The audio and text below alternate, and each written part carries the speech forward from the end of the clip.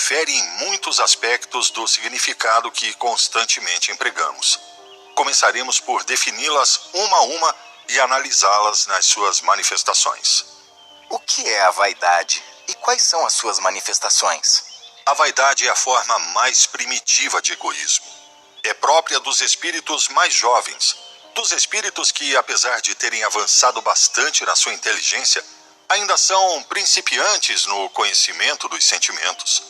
A principal característica do vaidoso é que está muito voltado para si mesmo, sobretudo em satisfazer as suas necessidades e desejos mais primitivos, e pouco ou nada preocupado com as necessidades dos outros seres, excedendo-se no exercício do seu livre-arbítrio, sem tomar consciência de que, em muitas ocasiões, invade o livre-arbítrio dos outros.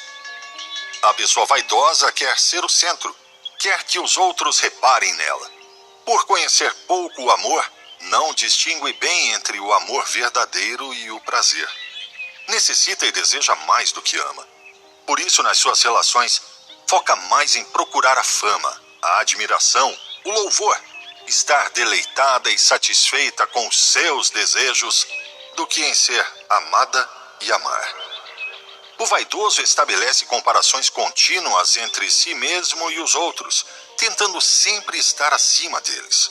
Frequentemente engana e difama os que julga abaixo dele em aptidões ou em condições materiais, e enaltece excessivamente os que julga poder utilizar a fim de obter algo para si mesmo. Costuma agir injustamente, favorecendo sempre os seus interesses.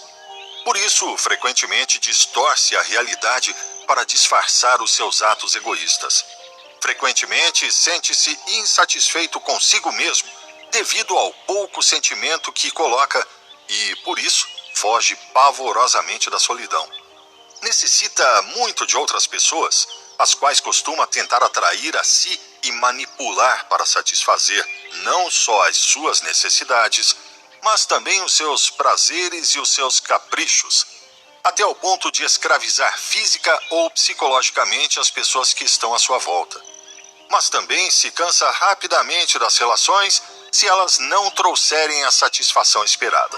Por isso, são pessoas que esgotam e manipulam frequentemente os membros da sua família mais indefesos, como o cônjuge ou os filhos, e nas relações laborais, os seus subordinados, por considerar que são pessoas da sua propriedade ou que não podem escapar à sua influência. Quando não recebem a atenção que julgam merecer, procuram chamar a atenção dos outros de qualquer forma e a qualquer preço, fazendo-se de vítimas e usando da agressividade, da chantagem, da mentira ou de qualquer outra forma de manipulação que encontrem. Devido à vibração tão negativa e asfixiante que podem gerar quando o seu defeito se manifesta em toda a sua plenitude, acabam cansando as pessoas à sua volta, de modo que, se não conhecerem a vaidade e saberem como lidar com ela, poucas são as pessoas capazes de as aguentar durante muito tempo. Esta é a razão pela qual tem muitos conhecidos e poucos amigos. Cansam-se facilmente do que exige esforço e procuram que outras pessoas assumam as suas responsabilidades, apesar de se gabarem constantemente do muito que eles fazem e do pouco que fazem os outros.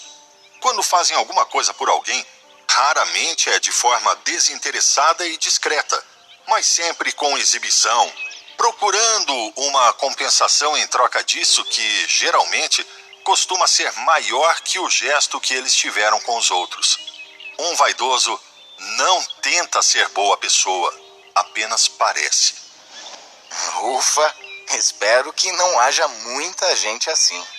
Então, 3/4 da humanidade ainda se encontram nesta fase inicial de evolução, e a vaidade é o defeito predominante na classe política do seu mundo. Ainda que certamente não haja ninguém que assuma se identificar com o que acabo de dizer, porque admiti-lo seria sinal de que a pessoa se encontra numa etapa mais avançada. É por isso que seu planeta está como está. Viver com pessoas assim, egoístas, deve ser horrível. Por acaso você acha que está livre do egoísmo, seja ele assim ou de forma mais sutil? É uma afirmação essa que você faz em que brilha o seu próprio egoísmo, manifestado na forma de incompreensão em relação aos seus irmãos, que serve para você justificar o desejo de se afastar deles por não serem mais evoluídos. Esta etapa da vaidade, assim como as seguintes do orgulho e da soberba, são etapas pelas quais todos, absolutamente todos os espíritos, têm de passar no seu caminho de aperfeiçoamento. E quem as superou é porque em determinado momento tomou consciência do seu defeito e trabalhou para superá-lo, e consegue isso com a ajuda do exemplo de pessoas mais avançadas com as quais aprendeu. Se os espíritos mais avançados, quando alcançam o seu avanço, perdessem o interesse pelos seus irmãos menos avançados, que tipo de amor estariam praticando? O fato de ter descrito assim, de forma tão direta, pode parecer muito cruel, mas não faço com a intenção de que seja utilizado para discriminar ou marginalizar alguém. É apenas para que tomem consciência desta manifestação do egoísmo e que empreguem esse conhecimento para seu aperfeiçoamento. E como o espírito aprende a tomar consciência do seu próprio egoísmo, neste caso manifestado sob a forma de vaidade, e a vencê-lo? Geralmente sofrendo na própria pele as atitudes egoístas de outros semelhantes a ele mesmo em egoísmo. A lei da justiça espiritual confronta cada um com os seus próprios atos, ainda que seja através dos atos dos outros, para que daí o espírito tire maior proveito para a sua evolução. O sofrimento próprio sensibiliza o espírito, o faz adquirir maior sensibilidade para perceber o sofrimento dos outros, sobretudo o daqueles que tenham passado por circunstâncias semelhantes às suas.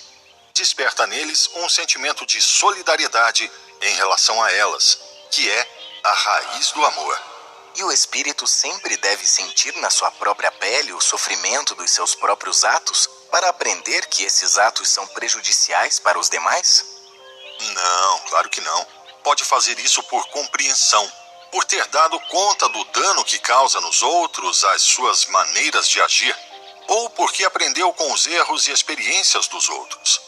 Mas, para isso, deve ter crescido o suficiente em sensibilidade, em amor, porque, como digo, apenas quando há amor, se está receptivo a perceber os outros, incluindo o seu sofrimento como a si mesmo. Daí que, nas primeiras etapas, o espírito avance mais por sofrimento, por sentir em si mesmo as atitudes egoístas que ele mesmo provocou, enquanto, quando já tiver desenvolvido o amor, avança mais por compreensão. Compreensão das experiências próprias passadas ou das experiências dos outros. E o que se pode fazer para vencer a vaidade pela compreensão? Olha, o primeiro passo é tomar consciência do defeito e o segundo passo é mudar a atitude. Pelo fato de adquirir consciência do nosso defeito, não vamos conseguir que ele deixe de se manifestar.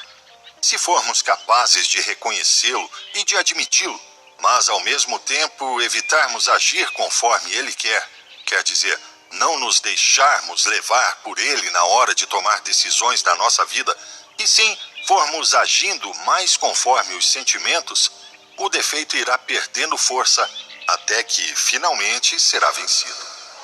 A tomada de consciência passa por conhecer em profundidade em que consiste a vaidade, como se manifesta numa pessoa e o que a alimenta.